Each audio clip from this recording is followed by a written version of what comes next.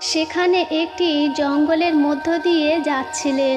যাওয়ার সময় লক্ষ্য করে দেখলেন কয়েকজন হিন্দু পণ্ডিত এবং সেখানে থাকা ভিন্ন লোকজন অগ্নি পূজা করছে। এটা দেখে খাজা মঈনুদ্দিন চিশতি তাদের দিকে এগিয়ে গেলেন এবং বললেন, আপনারা আগুন পূজা করছেন কেন? এই আগুন আপনাদের কি উপকার করে? তখন তারা বলল, এই আগুন হলো আমাদের খোদা, এই আগুনকে খুশি করছি।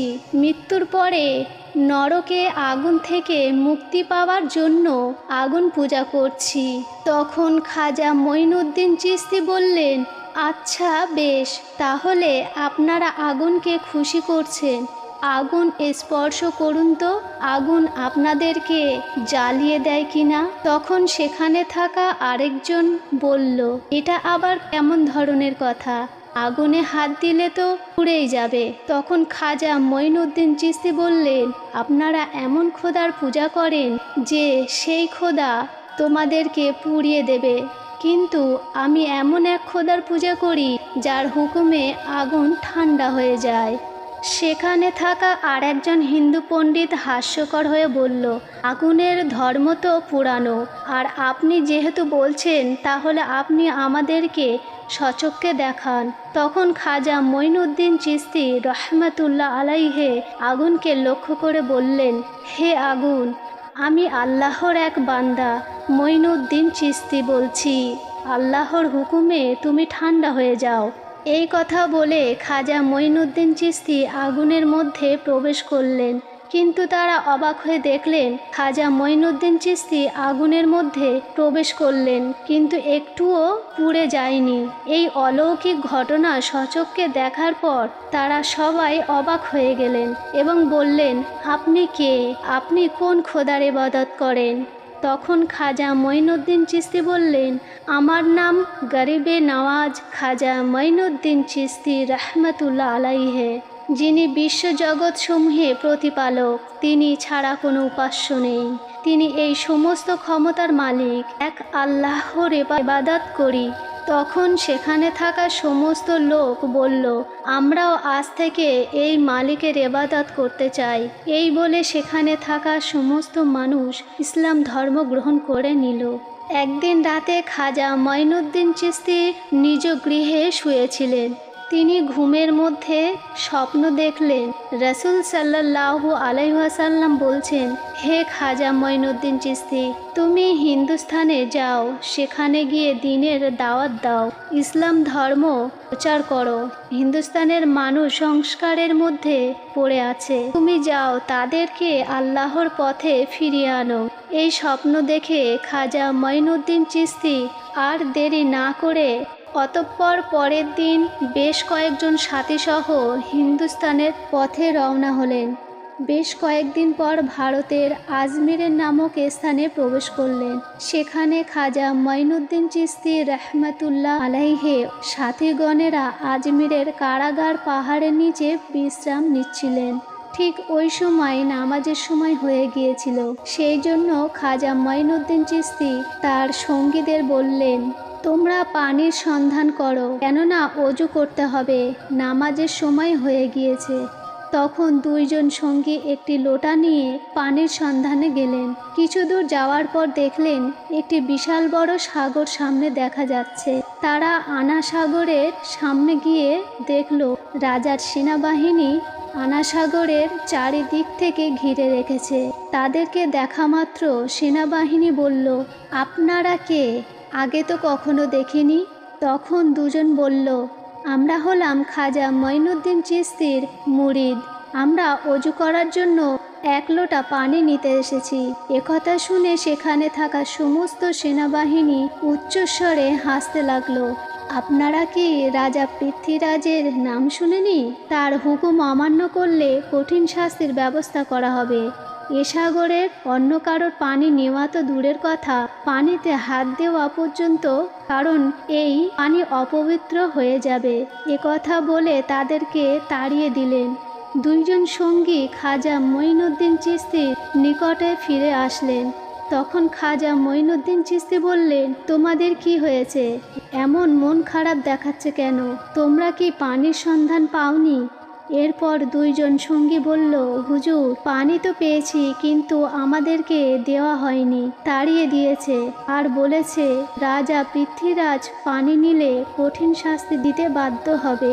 সব কথা শোনার পর খাজা মঈনুদ্দিন চিশতি বলল, তোমরা আবারও আনা সাগরে গিয়ে বলবে খাজা মঈনুদ্দিন চিশতি আমাদেরকে পাঠিয়েছে। অতঃপর দুজন সঙ্গী আবারও অজুর পানির জন্য সেখানে গেলেন।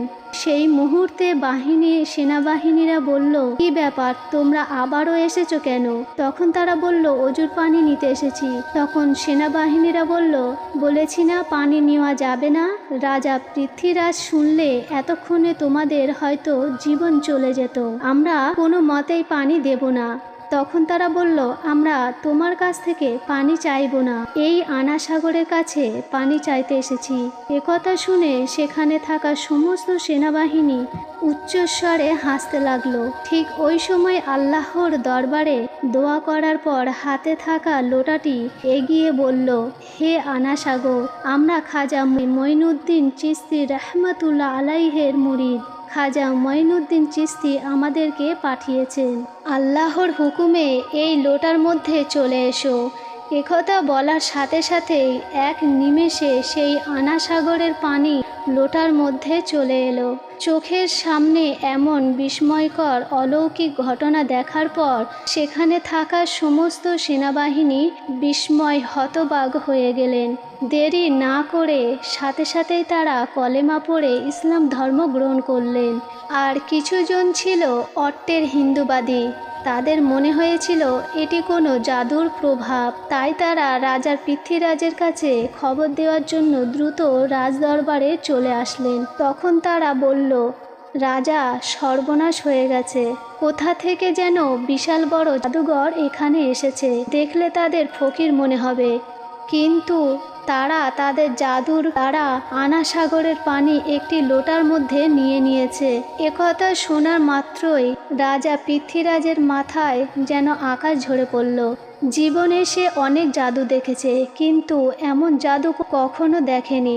তাই নিজের চোখে দেখার জন্য নিজের সেনাদেরকে নিয়ে সেই আনা সাগরে পৌঁছলেন। সেখানে গিয়ে দেখলেন আনা সাগরে এক ফোঁটাও পানি নেই।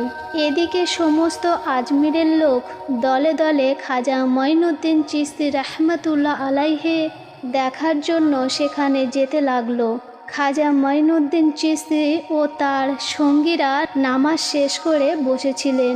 হঠাৎ তখনই রাজা পৃথ্বীরাজ সেখানে হাজির হলেন। দেখলেন ইতিমধ্যে অনেকে হিন্দু ইসলাম ধর্ম গ্রহণ করেছে। অতঃপর রাজা পৃথ্বীরাজ বললেন, আপনি কে, কোথা থেকে এসেছেন? তখন তিনি বললেন, আমার নাম খাজা মঈনুদ্দিন চিশতি, আল্লাহর হুকুমে এবং রাসূল সাল্লাল্লাহু এর নির্দেশে আমি এখানে এসেছি। আপনি আপনার জাদুর প্রভাবে এই আনা সাগরের পানি কেন শুকিয়ে দিয়েছেন? তখন খাজা মঈনুদ্দিন চিশতি বললেন, আমি কোনো জাদুঘর নই, আমি হলাম আল্লাহর বান্দা। আল্লাহর হুকুম পালন করার জন্যই পানি আনতে গিয়েছিলাম, কিন্তু পানি না দেওয়ার কারণে এই পানি আল্লাহ নিজেই শুকিয়ে দিয়েছে। এই কথা শুনে সেখানে থাকা সমস্ত লোক বিস্ময়কর হতবাক হয়ে গেলেন। এক দৃষ্টিতে খাজা মঈনুদ্দিন চিশতির দিকে তাকিয়ে রইলেন। পৃথ্বীরাজ ছিলেন খুবই চালাক এবং প্রতারক।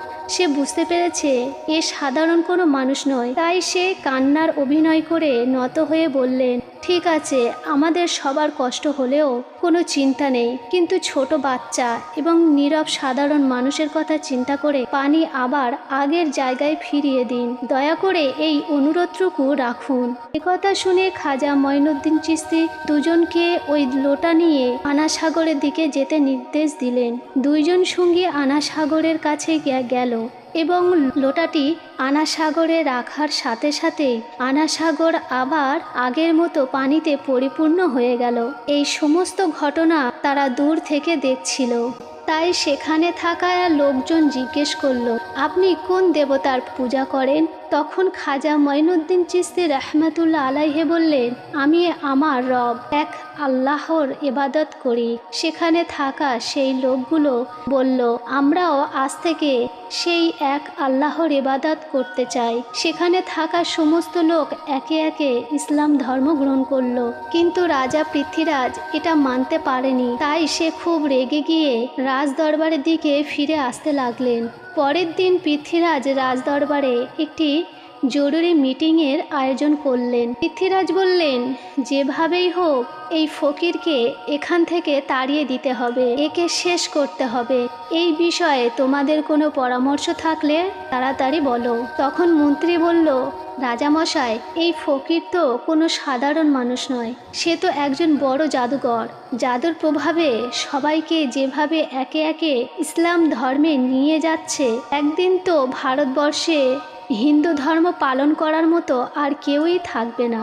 তার সাথে মোকাবেলা করতে হলে বিশাল বড় জাদুঘরের দরকার। তখন সেখানে থাকা একজন সেনা বলল, রাজামশাই, আমাদের দেশে এর চেয়েও একজন বড় জাদুঘর আছে।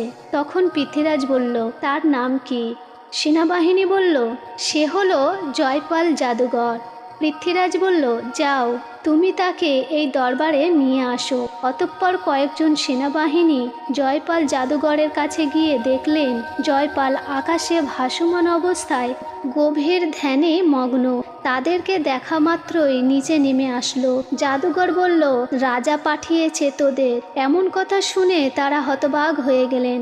অতঃপর সমস্ত কথা তারা জয়পালকে বলল এবং তারা আর দেরি না করে জয়পাল জাদুকরকে নিয়ে রাজদরবারে হাজির হলেন। রাজা পৃথ্বীরাজ জয়পালকে বললেন, আপনিও হিন্দু ও আমরাও সবাইও হিন্দু, কিন্তু কোথা থেকে এক ফকির এসে একে একে সবাইকে জাদুর প্রভাব দেখিয়ে তারা হিন্দু ধর্ম ত্যাগ করে ইসলাম ধর্মে নিয়ে যাচ্ছে।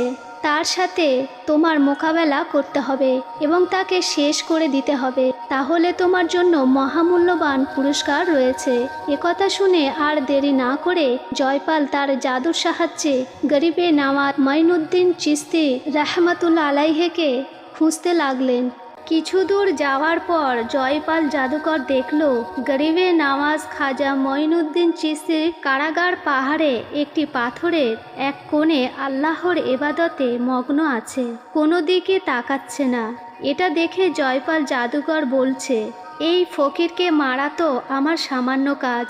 একথা বলে জাদুর প্রভাবে পাহাড় থেকে একটি বিশাল বড় পাথর উঠিয়ে যেমনি খাজা মঈনুদ্দিন চিশতিকে চাপা দিতে যাবে, এমন সময় খাজা মঈনুদ্দিন চিশতি একটি আঙুল উঠিয়ে বলল, হে কারাগার পাহাড়ের পাথর, তুমি দেখছো না আমি আল্লাহর ইবাদত করছি?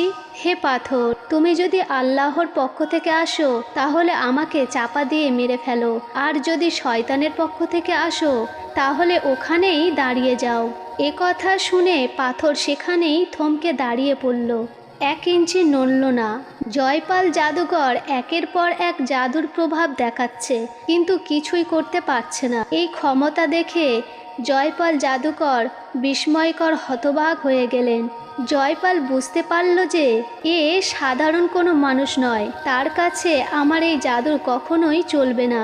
তাই দেরি না করে জয়পাল জাদুকর সঙ্গে সঙ্গে খাজা মঈনুদ্দিন চিশতির কাছে হার স্বীকার করল এবং ইসলাম ধর্ম গ্রহণ করল, এবং একের পর এক সমস্ত ভারতবর্ষের লোক একে একে মুসলিম ধর্ম গ্রহণ করলেন।